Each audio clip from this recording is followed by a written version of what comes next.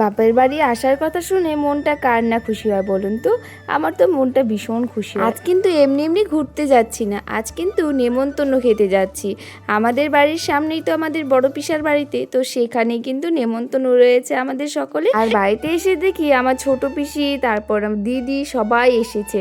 তাদের সঙ্গে গল্প করতে করতে সময় যে কখন এই 12:30 থেকে 2 বেজে গেল বুঝতেই পারলাম না। আর এসে গল্প করতে করতে আমি যার পিসির বাড়িতেই যাওয়া হয়নি, তো সেই জন্য অল্প একটু বললাম যে পিসি বাড়ি থেকে ঘুরে যায়। তো এইদিকে এসে দেখি আজকে এখন পর্যন্ত রান্না হয়নি। সত্যি কথা বলতে রান্না হতে আজকে অনেকটা লেট হয়েছিল। যাই হোক, এখানে এসে দেখি সবজি রান্না হচ্ছে, আরও অনেক কিছু রান্না হচ্ছে।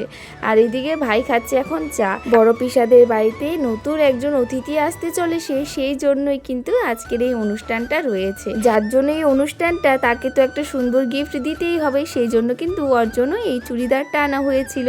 আমি যখন এসেছি তখন আনিনি, বর্মশাই পছন্দ করে নিয়ে এসেছে। আর এইদিকে ওকে খেতে দিয়ে দেওয়া হয়েছে। আজকে সমস্ত কিছু নিরামিষই রান্না হয়েছে। এইদিকে ও খাওয়া দাওয়া করে তাড়াতাড়ি করে দোকানে যাবে বলে একটু তাড়াতাড়ি করে ওকে দিয়ে দিয়েছি। আর এইদিকে দেখুন দুজনকে, মাম্মাম আর ওর মাসিমণি, দুজন যে এত খেলাখেলি আরম্ভ করে না, কি বলবো, খুব দুষ্টুমি করছিল, কিন্তু দুজনে একসঙ্গেই করছিল। এইদিকে তারপর দুজনকে একসঙ্গে খেতে দেওয়া হয়েছে। আজকে তো দুজনে একসঙ্গেই খেয়েছে, আজকে আর আমাকে খাওয়াতে হয়নি।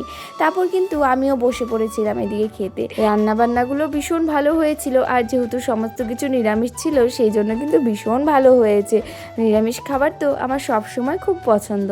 আর এদিকে খাওয়া দাওয়া করে সবার সঙ্গে গল্প করতে করতে কখন যে বিকেল হয়ে গেল। যাই হোক, তারপর আমরা চলে এসেছিলাম বাড়িতে।